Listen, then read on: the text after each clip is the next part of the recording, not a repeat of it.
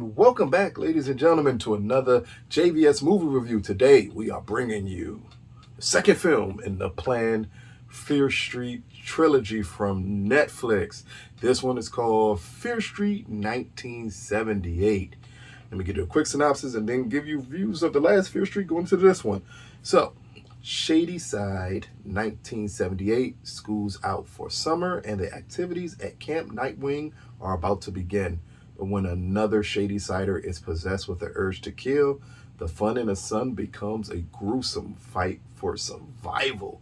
And this one stars Sadie Sink as Ziggy Berman, Emily Rudd as Cindy Berman, McCabe Slive as Tommy Slater, and Ryan Simpkins as Alice.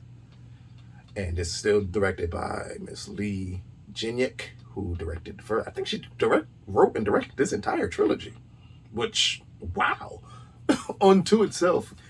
Let me start off by saying this first.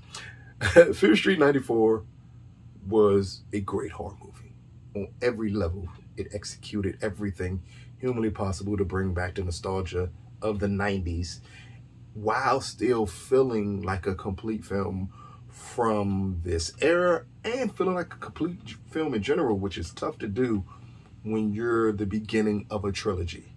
While it leaves a little window open at the end, kind of more with the end credit than the end of the film, it never feels incomplete. And that brings me to the only, and I mean only, issue I had with Fear Street 1978 is that it's hard to imagine this film without the first.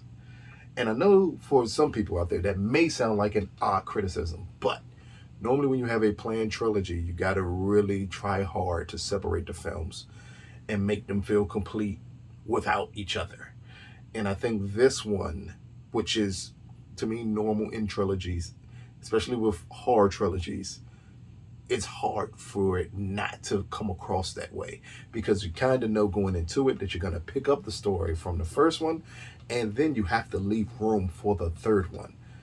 And this one leaves the room for the third one, and at times it felt like it was sacrificing what was a borderline great horror movie. Like, before a third act that I'm not the biggest fan of comes up, I thought this could be one of the best horror movies, especially one of the best horror movies that played on the 80s horror genre, which we've seen duplicated multiple times in the 90s, 2000s, 2010s. We've always seen them attempt to go back to duplicate this era, which is, to me, possibly the most classic era because it's the birth of the slasher film. So this is the most classic era of horror, modern day horror as we know it. So many films, again, have tried to pick up on this time period and failed. This film succeeded in every way humanly possible in the first two acts. The third act is the act where they had to set up, to me, the trilogy. The third act was used to not only set up the trilogy, but kind of close out 94. And because of that reason, the film doesn't feel like it can stand on its own. But in the end, that's perfectly fine because Leigh does a great job at this film. This here, unlike 94, which at times I felt, while I loved it and it played on nostalgia, I felt that at times it felt like maybe you coasted it a little bit, which is cool. Trust me, it's cool because the movie is still great. But here, I think maybe this is the time period she likes the best as a director because this felt masterful. Some of the shots, the way the suspense builds, the score, what we get out of these young actors here is all great. It is all great. Again, except for the third act, but everything else is great. Now, quickly get to the story with no spoilers here. Again, no spoilers here, so we're going to quickly branch off to the story as we pick up directly following the events of 94. As you see at the beginning, we see the adult who they called into 94 for help. And then we branch into the story of 1978, which is the classic horror camp story. We get introduced to the younger iteration of the cop in 94. We get introduced just to, I want to say, more interesting characters than we did in 94. And that's why this movie works. The young actors, specifically Sadie Sink, were immaculate in this movie. I think it says a lot when a director can get great performances out of kids to teens to actors in their early 20s that don't have a huge filmography. When you see them pull performances out of them, you have to be blown away, and you have to understand the talent that it takes to do such a thing. And here, this film, Fear Street 1978, is way more tour de force from the director than anyone else. It's like I was blown away by this film. As much as I did not enjoy the third act, as much as I thought at times I was terrified it would veer into that like American Horror Story. Was that 84? I think that was the name of it, American Horror Story 84, where like you try to play up the nostalgia, but then you just went way too far and then way too left. This one is steady. Even when we get the big reveal of who the killer is in this one, it feels so natural that we got to that conclusion. The build-up is so great while not taking a lot of time, because again, that's something horror movies can do, is take way too much time to give you the build-up. Even though this film is still maybe 10 minutes too long, it doesn't overall hurt the story that it may be 10 minutes too long. Instead, again, we get to see Leigh do what I think is one of the best jobs since other directing duo of horror that I've seen recently, who have killed the two films that they've done.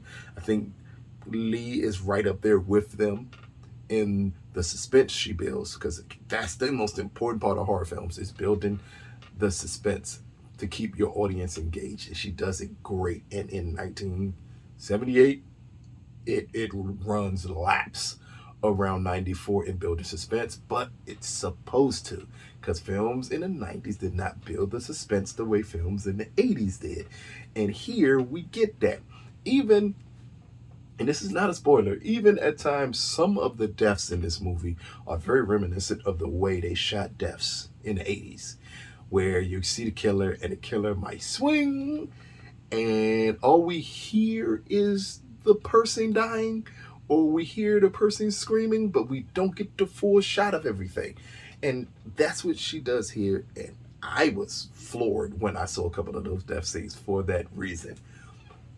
So I don't want to harp on it too long though, but Fear Street 1978, which drops Friday, out of a possible 10, I'm going to follow this up with a 7.5 out of 10. So, again, I took away the point because I am not the biggest fan of third act. And as I said at the beginning of this review, this film can't exist without 94. Sue me if that's not a reason for most people to drop it a point, but it is for me, because I know what trilogies are, and I know the second film is always a setup film, but the third act here does a lot of setup. Not in a bad way. Not in a bad way at all. And it still gives you what you need for the most part, but the setup kind of gets in the way of me overly liking the movie. Now, I don't know if that's because maybe they're planning these 3 weeks apart instead of months or years like you would normally get out of film releases. That's why it's possibly sped up the way it is. But because it's sped up the way it is, it kind of leaves me wanting to be in the 1978 time more. That's the key thing. I wanted to be in this time more. I wanted to have more time with these characters, and I didn't have the time I had that I wanted to have with these characters, because then we get to what we saw kind of at the end of Fear Street 94, and you're like, oh, no, I want more of these characters. I want more of this. I need more of this interaction, which is amazing. But in the end, you're still going to get one of the best horror movies of the year. You're still going to get a darn good sequel to 94. that even sets up you anticipating the next one, which is, I think it's called 1666. Odd to go back that far for some people. But once you see why we're going back that far, it's going to get overly interesting to you as we get more into Sarah Fear and her whole backstory. But this has been another JVS movie review. Peace, people.